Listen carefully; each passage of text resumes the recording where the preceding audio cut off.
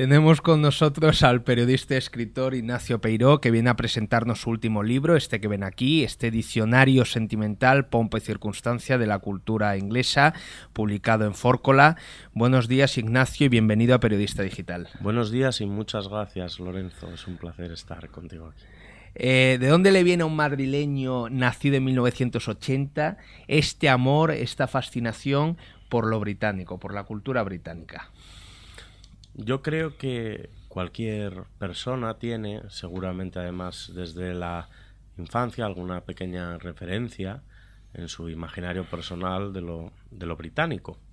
Sin embargo, debo decir que más allá de esas primeras vivencias, todo fue decantando de modo natural conforme se han ido sumando lecturas, experiencias, viajes, traducciones, hasta que eso ha roto de alguna manera en forma de este tocho que vemos aquí. Fascinación que al parecer compartimos muchos otros, porque el libro hay que decir que ya va por la segunda edición. Así es, así es. Bien, hay diversas anglofilias, por así decirlo. Una que puede ser más estética, más de, digamos, chaquetas con coderas. Otra más turística, en un amplio sentido, que puede ser más o menos profundo, es decir, viajera. Y hay otra que tiene que ver también con lo que viene desde el principio como gran filón de admiración hacia lo inglés, que es el respeto por sus tradiciones institucionales y políticas y también literarias, que personalmente es lo que uno más aprecia. Y sin embargo creo que tanto esta anglofilia más estética como esa que es más filosófica o más política también creo que están emparentadas, y espero que el libro ayude a demostrarlo de alguna manera. En ese estupendo prólogo, y bastante amplio, hay dos cosas que sí me gustaría que comentas en él y me gustaría señalar. Por un lado, lo contradictoria que es Inglaterra, ¿no? Eso lo vas explicando muy bien. Y luego la idea de lo británico como algo prestigioso que sin embargo parece que en los últimos años se ha perdido. Pero tú hablas de que cuando uno decía esa camisa es británica, esa camisa es inglesa, esta mermelada es londinense, tal, todo eso tenía un marchamo prestigioso, ¿no?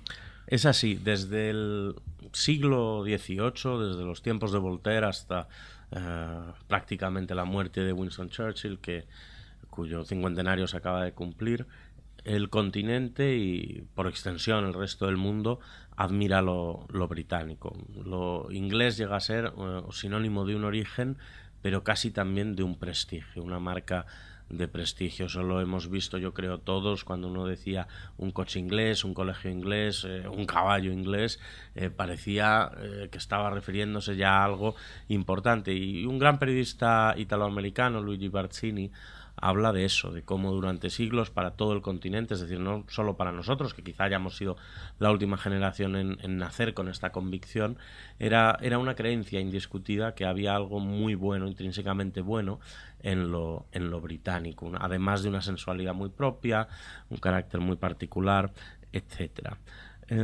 Seguramente eso se haya venido reduciendo en las últimas décadas, desde que termina la Segunda Guerra Mundial, aquella vieja Inglaterra admirada de las grandes casas de campo, los grandes jardines, digamos, toda esa pompa y circunstancia, va aminorándose.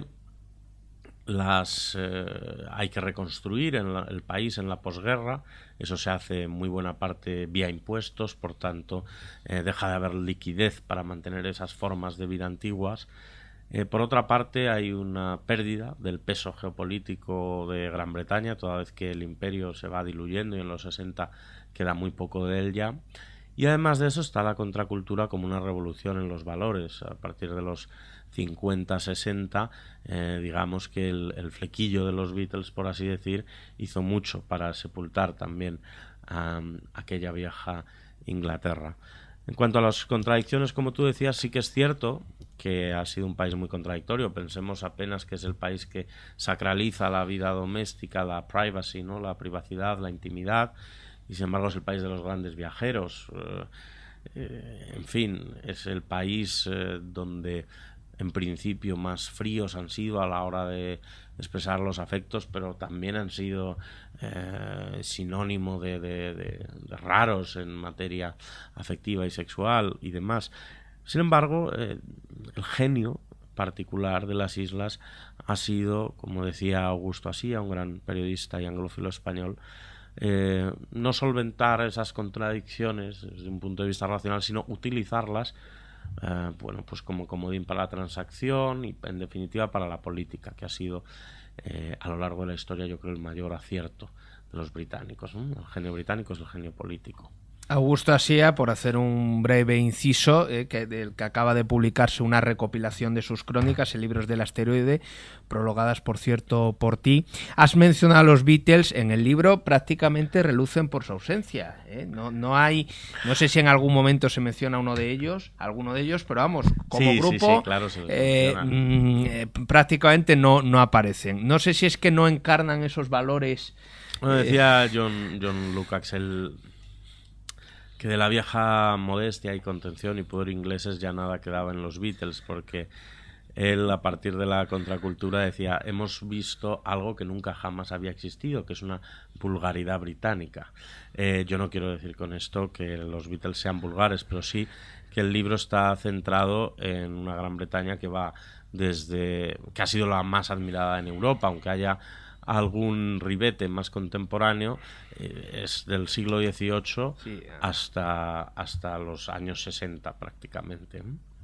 Digamos que es los siglos de oro del anglofilia. Sí, aunque a Lady Di, por supuesto, también se le menciona. En fin, hay menciones. Y a Shakespeare, que es el muy ancho anterior, o a Burton. El libro aúna las entradas más sesudas, por así decirlo, aunque es en todo momento muy ameno, las más extensas, las más documentadas, con algunas entradas más breves, más cortas, más anecdóticas. Por ejemplo, yo me he enterado, gracias a este libro, no lo sabía, de los distintos modelos que ha habido a lo largo de la historia de las cadenas telefónicas, y que en un principio las cadenas telefónicas, el que las diseñó, querían que fuesen grises, de color gris, pero que por la niebla se decidió que fuesen de color rojo, ¿no? Así es. De hecho, tienen en su diseño una prosapia de lo más noble. Hay un fascinante arquitecto del 18, que es John Soane, que es uno de los mayores coleccionistas de la historia, que tiene un museo, su casa ahora mismo es un museo en Londres, fabuloso, que decidió hacerse un mausoleo.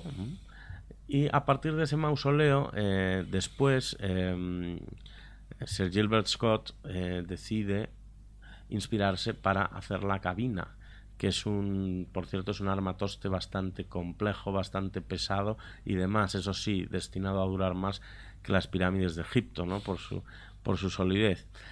Y él, por una vez, digamos, la administración decidió muy bien y dijo: oiga, vamos a ponerlo de color rojo, como por cierto también lo son los autobuses de Londres y los célebres y no menos icónicos buzones. Vamos a ponernos de color rojo para que la gente, bueno, pues no se dé un trastazo en los abundantes días de niebla en las Islas Británicas, ¿no? Bueno, y por hablar de entradas más amplias, está, por ejemplo, la que le dedicas al catolicismo, que a mí es un tema que me parece muy interesante. En la entrada cuentas, bueno, desde que Enrique VIII abandona o pretende abandonar a nuestra querida Catalina por irse con Ana Bolena, todo el nacimiento de hasta los escritores más recientes, ¿no? Haces ahí un recorrido. Es así. A partir de un momento dado, la corona rompe con la comunión con Roma y se va imponiendo una religión que querrá ser, y con el tiempo se adornará como la religión de la nación. De hecho, hasta nuestros días, hace muy poquito, un primado de Inglaterra dijo que la manera de ser católico en Inglaterra era siendo anglicano. Por tanto, hay que tener en cuenta que en el canon de lo inglés, o que es el canon de la historiografía Whig y de Macaulay y demás, los católicos son los malos, son los perdedores, son los malos y son los perdedores, y además son los desleales. Son los malos porque, con un uso también muy acertado de la propaganda por parte bueno, los prebostes isabelinos, pues el catolicismo con María Tudor pasa de ser la religión perseguida a ser la religión perseguidora. Después hay algunos errores estratégicos, digamos, pues la conspiración de la pólvora y demás, que hacen que al católico se le vea como enemigo de la nación, es decir, un tipo que dado a conspirar con Roma y con España y siempre con la sotana de un jesuita revoloteando por ahí para traicionar a la corona inglesa y a su pueblo. Por eso es curioso que desde el primer momento, desde los primeros mártires como Edmundo Campion y demás, los católicos insisten en que son gente que bueno, tienen la fe de sus mayores, pero sí que son fieles a la corona. Entonces, todo lo que se pierde en términos de imagen en un principio se va a ganar en el 19 cuando empieza a haber grandes figuras de un perfil intelectual o político o pastoral admirable, como eminentemente el cardenal Newman, pero también Wiseman, también Manning, que era un gran caudillo, digamos, que van a contribuir a prestigiar otra vez el catolicismo. Eso y la nueva laxitud o la restauración de los derechos de los católicos a partir del segundo tercio del 19 van a hacer que no se pueda entender la vida británica desde ese momento sin la aportación del catolicismo, que está muy detrás del movimiento de Oxford, que es el gran movimiento filosófico del 19 británico, por ejemplo. En el libro dices, por ejemplo, en este apartado, ¿no? En el apartado de católico, Inglaterra debe mucho al catolicismo y Roma le debe mucho a Inglaterra. Bueno, es así porque hemos hablado del cardenal Newman, que a mi entender es de las personalidades más activas en los últimos siglos del catolicismo, no ya británico, sino mundial.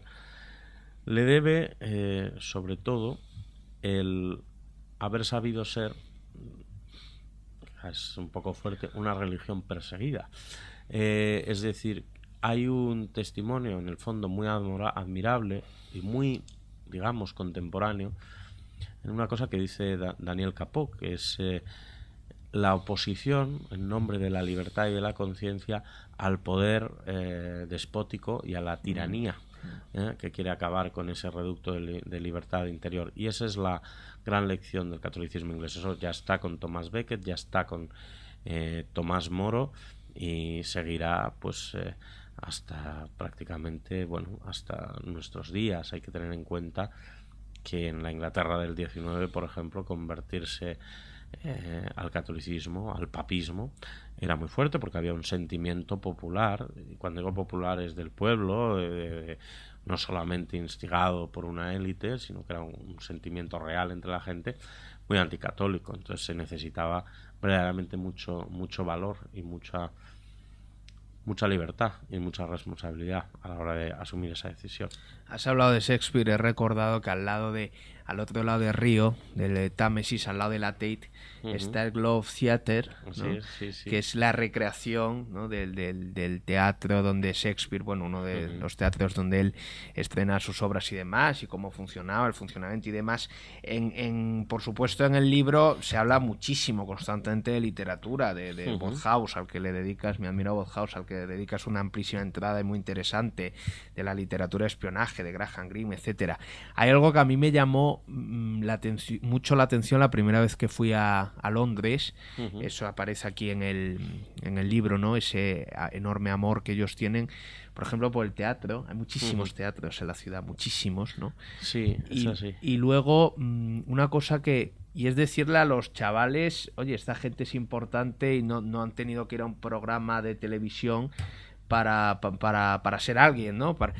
Como en las casas hay placas, pues a un biólogo, a un matemático, a un arquitecto, a un pintor, a un escritor, ¿no? Eso yo creo que hace de Londres, de Inglaterra, un país enorme, ¿no? Es curioso, ya en el 18 un viajero español, el abate Pons, que fue comisionado por el gobierno para viajar por Europa y traerse el testimonio de qué están haciendo las demás naciones, se da cuenta de eso, de cómo es la gente, además, y no los gobiernos, quienes quieren rendir homenaje popular a sus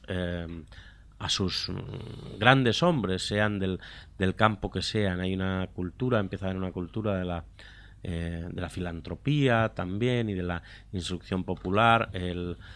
Por ejemplo, el culto a Shakespeare viene muy notablemente de esta mezcla, se le redescubre en el 18 con Garrick y luego el pueblo lo sigue y empieza a haber una estatua, se le descubre la primera estatua, etcétera. Y ya no recuerdo bien qué otro viajero español asistió, por ejemplo, a las pompas fúnebres de Newton, y a las honras fúnebres, perdón, de Newton, y se quedó pasmado de cómo aquel gran país, digamos, despedía a un hombre de ciencia como una gloria nacional. Por tanto, es verdad que Inglaterra ha sido siempre un país de la memoria, y en cuanto al teatro hay que tener en cuenta que ha sido un país de la palabra. También el teatro tiene seguramente otra lectura. Una vez pasas del puritanismo de Cromwell, lo que la gente quería era divertirse popularmente lo más posible. Sí, ahí está. Entonces, entre esa mítica Merry England, alegre Inglaterra, y una Inglaterra que también tiene un fuerte componente puritano, el teatro tiene un sitio. El teatro es también, además, la mirada al mundo clásico, que ha sido siempre muy presente en Inglaterra y es tremendamente presente en Shakespeare, ¿no? En fin, es todo un mundo. Hablamos de Shakespeare y yo creo que hay que hablar también de Cervantes. En el sentido, Cervantes ha influido muchísimo, no solo en Dickens, en la literatura inglesa, ¿no? Así es. Gran parte de la literatura del 19 bebe de Cervantes. Así es, y además estoy pensando... Francisco Rico lo cuenta muy bien, tiene un libro dedicado a la materia.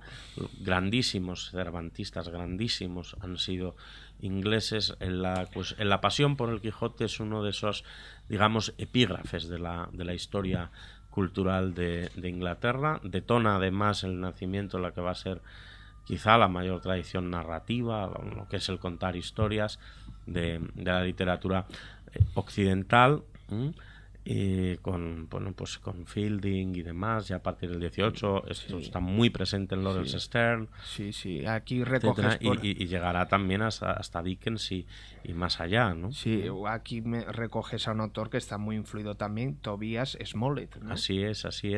Y luego hay, ya digo, hay también Smollett ahora mismo no sé si lo tradujo, pero creo que también lo tradujo a Cervantes. Hay toda una tradición de traductores, y bueno, basta decir con que en el primer siglo de existencia del Quijote es mucho más popular, conocido y citado en Inglaterra que en España. Bueno, es que son ellos y los alemanes también, ¿no? Pero los que nos descubren el Quijote como una obra de mucho más calado de lo que en España pensábamos, ¿no? Y este tema me lleva a otro también que tratas en tu libro de manera amplia y muy rigurosa, el tema de los exiliados, ¿no? Sí. El tema de, por ejemplo, de Moratín cuando estuvo allí, de Jovellanos, esta fascinación que había por los intelectuales españoles hacia Inglaterra, ¿no? Sí, así es. La historia... España ha sido un país de... Sí, claro, ¿no? España ha sido un país de exilios, ¿no? Tengamos en cuenta, esto me lo decía una vez Gonzalo Santonja, que reflexionaba cómo la literatura española, digamos, canónica, empieza con un destierro, que es el del Cid, de sus ojos tan fuertemente llorando. Bien, pues cuando se produce la ruptura de Inglaterra con Roma y empieza a haber también heterodoxos, como diría Menéndez Pelayo, en España, los Reina y Valera y tantos otros, gentes de vidas curiosísimas, en algunos casos muy sufrientes, muy sufridas, ¿no?, que empiezan a llegar a Inglaterra, donde por cierto no es solo todo lo que reluce, y eso se va a conocer va a conocer su algidez en el 19, en el exilio de los liberales y románticos antifernandinos, y es admirable cómo Londres e Inglaterra se vuelcan con esos españoles que Carlyle nos describe paseando bien embozados en sus capas como trágicos leones, enjaulados, Ahí había pues generales liberales que se tenían que dedicar a hacer bordados para sobrevivir, a dar clases de español. Hubo ahí imprentas y una actividad editorial y cultural absolutamente meritoria, en fin, y cosas que nos ponen un poco casi las lágrimas en los ojos, porque son unas páginas de esa historia sentimental entre dos pueblos muy llamativas. Hay tiempo para la conspiración política, eso está en el mismo cuadro, el fusilamiento de Torrijos, donde está William Boyd, un pelirrojo que muere inconfeso porque era irlandés, por tanto súbdito británico. En fin, es una gran página en la relación entre los dos países. Y luego habrá también, por cierto, también se exiliarían carlistas después, eso se suele soslayar, y habría un exilio republicano muy notable y verdaderamente muy duro y más difícil de romantizar, ¿no? Ahí tenemos a Chávez Nogales también muriendo solo bajo las bombas, olvidado. Tenemos a Luis Cernuda, que había sido un enorme anglófilo y que lo pasó horriblemente mal en Inglaterra, etcétera, ¿no? Has hablado del cuadro de Torrijos. Yo creo que ese cuadro, estoy citando de memoria, yo creo que ese cuadro en el tomo 2 de Tu rostro mañana de Javier Marías, que esa trilogía continúa un poco su ciclo de Oxford, ¿no? Iniciado en Todas las almas. Yo creo que de ese cuadro habla bastante, precisamente para reflexionar sobre el mal y sobre también lo que no vemos pero imaginamos, ¿no? ¿De dónde piensas tú? Bueno, no, brevemente antes de pasar a esto, has comentado que en el libro que no es todo, que Inglaterra no es oro todo lo que reluce, que también aparecen sus sombras y demás, pero el libro es un canto de amor a Inglaterra, porque, por ejemplo, en la P yo he echado de menos una entrada dedicada a los piratas. Bueno, hay una entrada enorme dedicada a la anglofobia. Sí. Y sobre todo uno ha intentado mantener una distancia y tratar, como diría un buen amigo, con amor y con humor, es decir, desde un cierto pie de igualdad a la materia, que creo que es la mejor distancia posible, y digamos narrarlo todo así, porque esa era la intención del libro. Obviamente, claro que hay que reivindicar en un tiempo marcado por la sospecha y por el nada es bueno y nada es admirable. Yo creo que por supuesto que hay que mirar con piedad al pasado y reconocernos en una tradición eminentemente positiva. No puede ser todo cultura de la sospecha y escepticismo. Eso no significa que tengamos que soslayar, digamos, todo lo malo, pero bueno, todo el mundo merecemos una mirada un poco misericordiosa para no terminar en el peor de los infiernos, digamos, porque todos los países, en la historia, pues hay una sucesión de crímenes sin número y demás, pero yo creo que hay cosas que son muy dignas de admirar. Entonces a mí me parece una causa noble ponerlas así. Hay peores cosas, desde luego, que haber sido anglófilo, y hay pocos países que hayan contribuido tanto en el mundo y hayan hecho un carácter pues templado, moderado, bueno para la política, y amigo de las artes y las pueblo ciencias. Admirable pese a su pésima gastronomía, a la que también dedicas un amplio capítulo y en el que entresacas algunas frases divertidísimas, como que lo mejor de la cocina inglesa es la francesa, y aquello que hay que que decía, desayunar 3 veces al día, que para decía comer Morgan bien, y tal. sí. ¿De dónde crees tú que viene la ironía inglesa y esta capacidad de reírse de ellos mismos, que también pudimos ver recientemente, por ejemplo, cuando los Juegos Olímpicos, aquel vídeo maravilloso que hicieron, en el que la reina de Inglaterra se tiraba en paracaídas con James Bond, ¿no? Eso es maravilloso. En efecto, eso parte del humor, de un rasgo de inteligencia, que es no tomarse demasiado solemnemente a uno mismo. El humor allí, al fin y al cabo, no es sino la forma suprema de la educación. Es una manera también de velarse uno mismo, porque cuando haces ironías, cuando juegas a la oblicuidad con el lenguaje y demás, te estás velando un poco, estás guardando tu intimidad, pero también es una muestra de respeto al otro, de no querer agobiarle con tus cosas y con tus dramatismos. Por tanto, es algo que contribuye a hacer la vida en sociedad más ligera. y con una menor carga de gravedad. De gravedad, digamos. Y esto está muy inscrito en los códigos gentlemanescos de siempre, donde, oye, pues una persona pues tiene que ser culta y es bueno que sea culta, pero no tiene que estar mostrándolo todo el rato.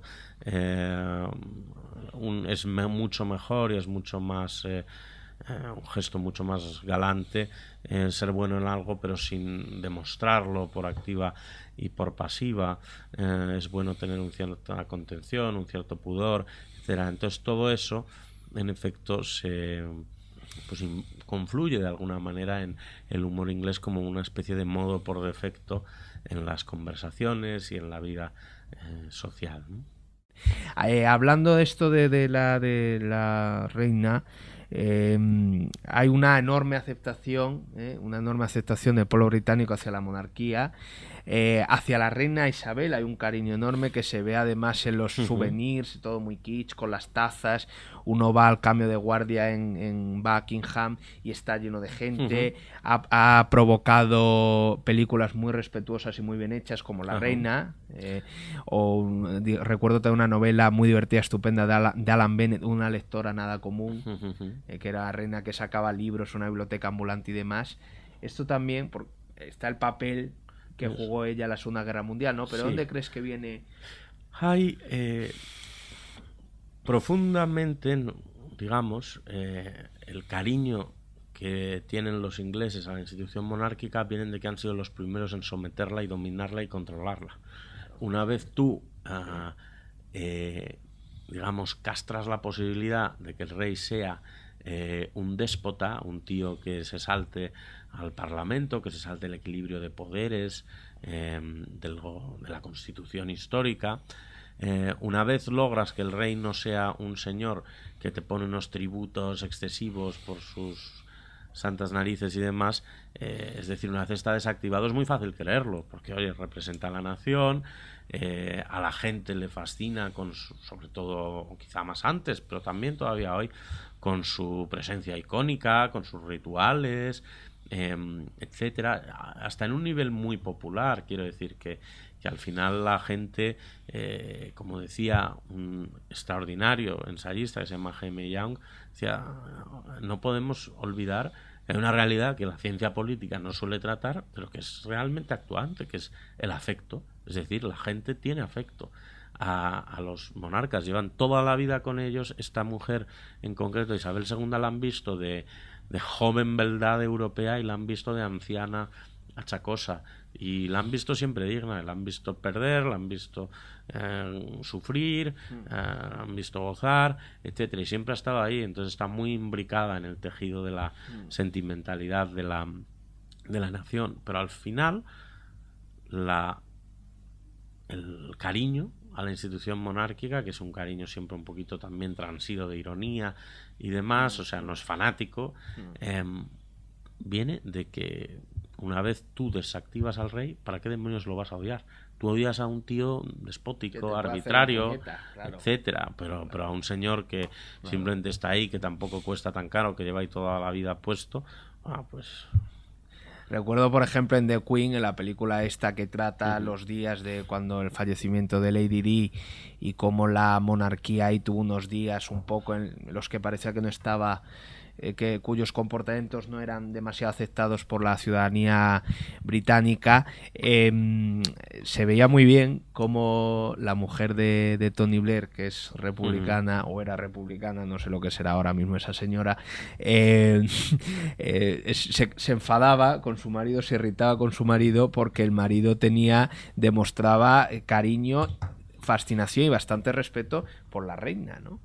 Es así, hombre, es que es normal, es un primer ministro. Y además, los primeros ministros siempre que despachan semanalmente con la reina, pues precisamente por esa experiencia le tienen un respeto muy grande, y además ha ido siempre más allá de simpatías.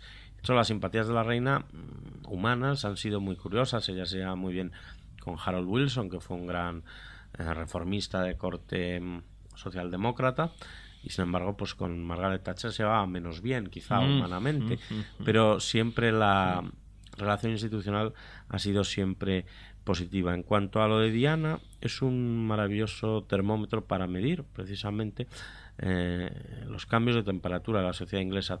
Poco más de 30 años antes de la muerte de Diana se celebró el funeral de Churchill, que fue una gran ocasión de Estado, y uno ve a las masas de gente que seguramente había vivido en su mayor parte los bombazos de los nazis, gente que había luchado del otro lado del canal, etcétera, y que al paso del cortejo fúnebre, pues bueno, se descubren, expresan una pena muy silenciosa, pero muy recogida, pero muy genuina, mientras que una persona que, hombre, yo creo que hizo menos por la causa de la libertad, como es Diana de Gales, no creo que pueda compararse desde ningún punto de vista a Winston Churchill, pues fue despedida con todo tipo de pancartas, velas, hipidos, llantos, con una emoción descontrolada que nunca había sido muy británica. Y es normal que en Buckingham, que había sido una especie de rescoldo de la raza en esa mesura, en esa continencia, pues no se reaccionara a tiempo, aunque es verdad que después, bueno, pues ya han venido expertos en comunicación y demás para, entre comillas, ayornar un poco las cosas. Por cierto, muy hortera el pequeño, esa estatua ese que tienen en Harrods, Diana y Dodi, ¿no? A mí me gusta, yo creo que tú y yo somos más de Harvey Nichols, ¿no? Sí, tiene un punto kitsch, pero bueno. Bueno, inevitable. pues le preguntaba al final de esa película a la reina Tony Blair si él era... ¿Usted es andariego? Es que a mí me gusta mucho andar. Bueno, pues yo espero que los espectadores, los que están viendo esta entrevista, también se animen a andar por este estupendo libro, por esta Pompa y Circunstancia, Diccionario Sentimental de la Cultura Inglesa, de Ignacio Peiró, publicado en Fórcola. Recordemos que ya va por la segunda edición y recordemos también que hace unas semanas mantuvimos una charla tan jugosa como esta en Radio 4G, en Rojo y Negro, en la que también tocamos temas, por supuesto, que aquí no han salido y viceversa. Muchísimas gracias, Ignacio. Muchísimas gracias, Lorenzo. Y mucha suerte, es un placer. Y Ignacio Peiró, Pompa y Circunstancia, editorial Fórcola.